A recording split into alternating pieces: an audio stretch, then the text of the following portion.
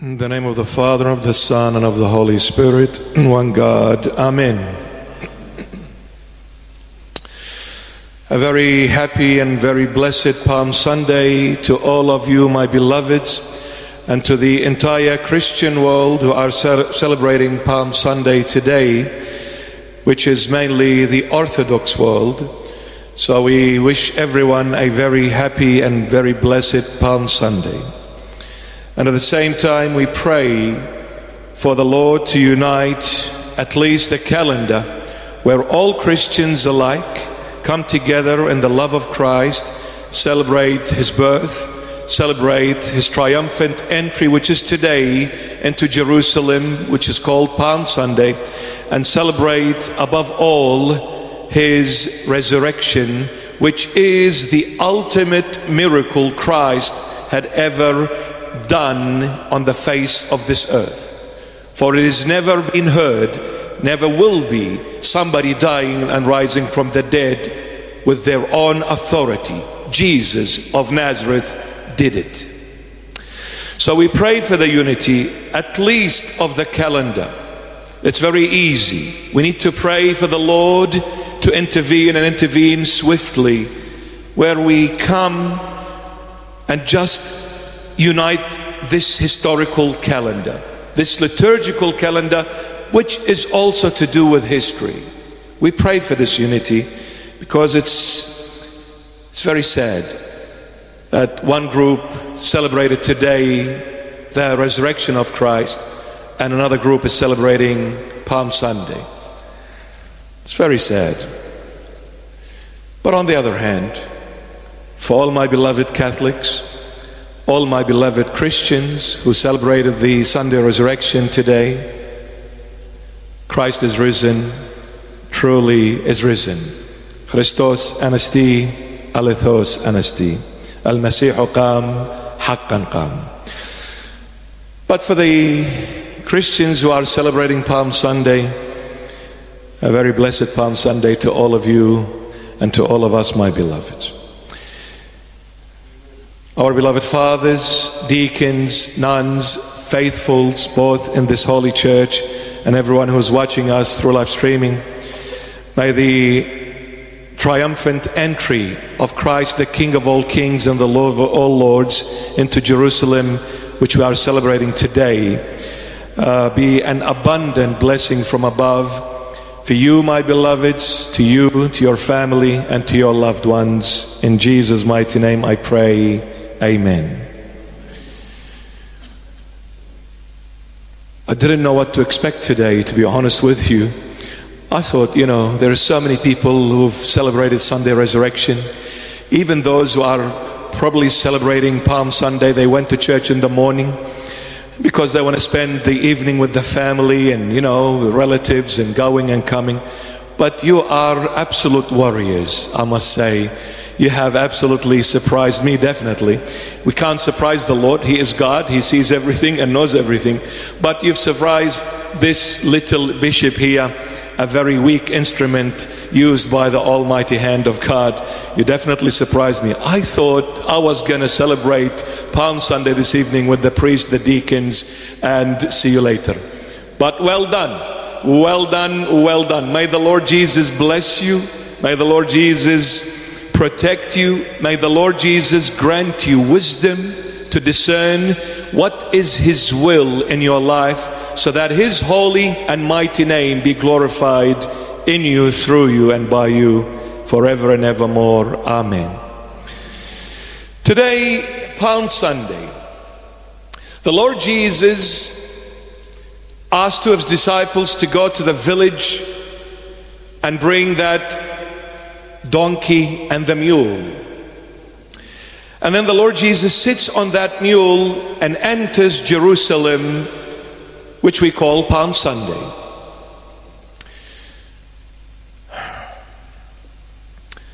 The Lord Jesus is the Lamb of God who carries away the sins of the world, according to John the Baptist's testimony. Behold, the Lamb of God who carries away the sins of the world. This Lamb of God in the Old Testament symbolically was represented by that lamb of the Passover offering. So the lamb of the Passover, which the Lord God gave this instruction to Moses, this mighty prophet of the Old Testament, who led the Israelite nation out of Egypt and out of slavery and bondage of Pharaoh into the desert of Sinai, and eventually by Joshua into the promised land. But this event took at some time in history in Egypt, and this lamb of the Passover was offered according to God's instruction to Moses. And you find this in Exodus chapter 12. Now, when you read in Exodus chapter 12, this lamb of the Passover was chosen when it was 12 months old or 1 year. And it had to be without a blemish, without a stain, nothing. It had to be pure, clean, not one single stain on it, because it was symbolic for Christ, the sinless one, the true Lamb of God, without stain, without sin, without fault. And this Passover lamb used to be chosen on the 10th day of Nisan, according to the Jewish, or I should say our beloved, the Jewish calendar. Now the month of Nisan, also in Aramaic, which I speak, we call it Nisan. Yeah, Nisan, same. Now Nisan, my beloved, is April in the English calendar. April. Now it used to be selected, this Passover lamb used to be selected on the 10th day of Nisan, April, and it would be held for 4 days, to be put to the test for 4 days, and on the 14th of Nisan would be slain as the Passover lamb. Now why the Lord God gave this order, this commandment to Moses, that you choose the Passover lamb on the 10th day? Why not on the 1st day of April? Why the 10th? Because, my beloveds,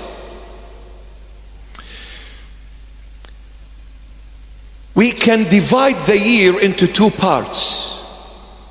There is the winter part and there is the summer part. There is the cold, miserable part, and there is the beautiful, nice temperature part. Nisan, or April, is the first month passing the winter part of the year. See, I'm talking about the Middle East, not Australia.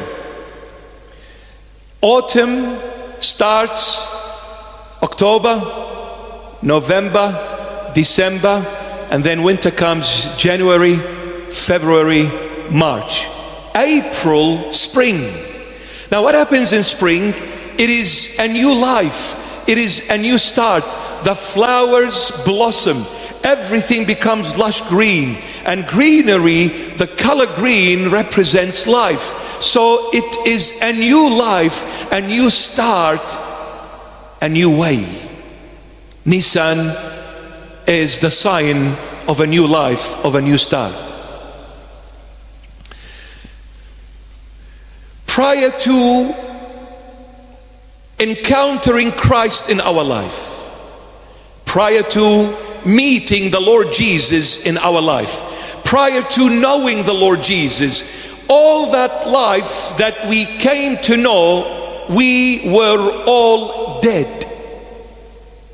That life without Christ, that life without knowing Christ, that life without having Christ in the midst of it, that life was a vanity, because we were all dead until we had the encounter with Jesus Christ of Nazareth. Now the Lord Jesus lived on the face of this earth 33 years and a half. The Lord Jesus lived on the face of this earth 33 years and a half. Now the 3 years, that's where he revealed his divinity.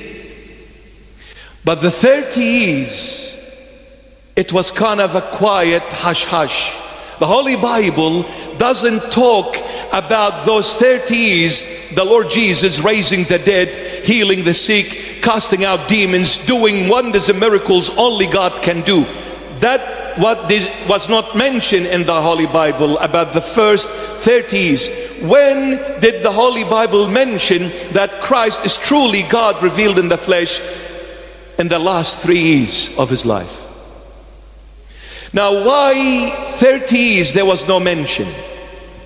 Because since he is the Passover lamb, and what does Passover mean? He is passing over with us from darkness to light, from death to life, from sin to holiness, from slavery to being sons of the Almighty God, being free. This is the passing over. We were all blind, now we see. He is the Lamb who passed us over from darkness to light, from the grave to life, from death to everlasting life, from slavery to being free as sons of the Almighty God. Since he is the Passover Lamb, he needed to be put to the test for the first 30 years of his life. Now the lamb of the Passover was chosen on the 10th day. Now what does number 10 represent? The 10 commandments. And what is 3 times 10? 30. That is the 30 years of the Lord. The Lord Jesus came to fulfill the commandment of God on my behalf and your behalf, on every human being's behalf. Why? Because no human being was able to fulfill God's commandment except Jesus, the perfect man. So he fulfilled the 10 commandments, the law of God, in other words. And he fulfilled it with the 3. He fulfilled it for the body, he fulfilled it for the soul, he fulfilled it for the spirit. And that's what makes up the human being: body, soul and spirit. 3 times 10, 30. His 30 years were a test to see if Jesus, the man, was going to stand firm, fulfill all God's law, break not even a single one. He passed the test. That's why his ministry started after 30. Because if he did not fulfill the law for himself, he can't save us. If he breaks the law, how can he save us? So he had to be put to the test first, before he comes to show us the way and redeem us and save us. He passed the test at the age of 30. 30 onwards, his ministry started. Now, on the 10th day of April, this is his first part of his life, 30 years. And that lamb would be held for 4 days and would be slain on the 14th of April. The other 4 days is the ministry life. Because the Lord Jesus, he ministered for 3.5 years. So 3.5, he entered the 4th year. And in the 4th year, he was crucified. So Christ, 30 years, fulfilling the law. He was put to the test. The 3.5 years, he was to be slain at the end of it. The lamb of the Passover would be held for 4 days, and then on the 14th day would be slain.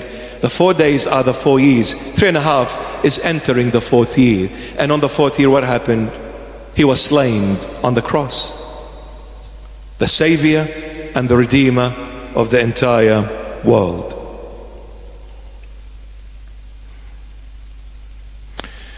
Nisan, April, that's when spring starts. And spring is where life begins. Everything that was dead in winter now is coming alive. Prior to knowing Christ, all of us lived in winter. We were all dry dead. There was no life in us, even though we lived, but we were dead. Because without Christ, there is no life. Even if you live away from Christ, you are dead. When we received Jesus, when He came seeking the lost sheep, when He came seeking the dead soul in sin, winter, He brought it into spring. Spring is the beginning of life. That's why the lamb of the Passover was slain in April. Because just like April is the beginning of life, so as Christ is the source of life. He brought us into life, April, to lead us into summer.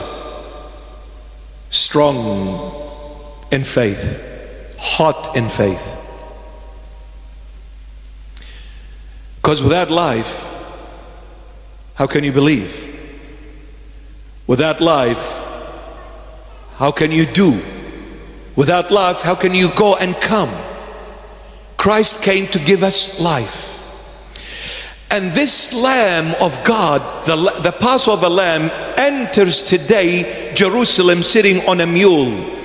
The back of a donkey or a mule, my beloveds, is a sign of the cross.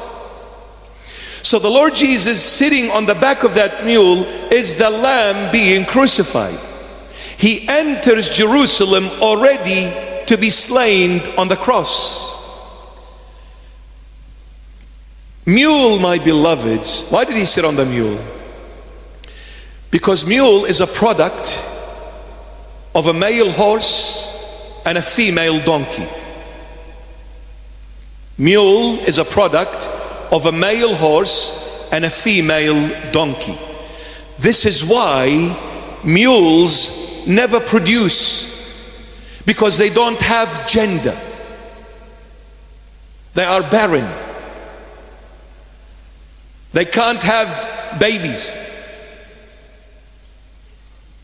The Lord Jesus, He said to the disciples, bring me the donkey and bring me the mule. Symbolically, my beloved, the donkey is already conquered. The donkey is controlled. The mule you cannot control. Is a wild animal.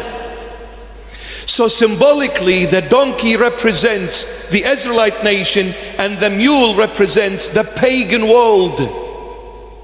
The donkey represents the Old Testament nation and the mule represents the New Testament nations. We were that wild mule, barren. Why barren? Because we walked away from the true living God.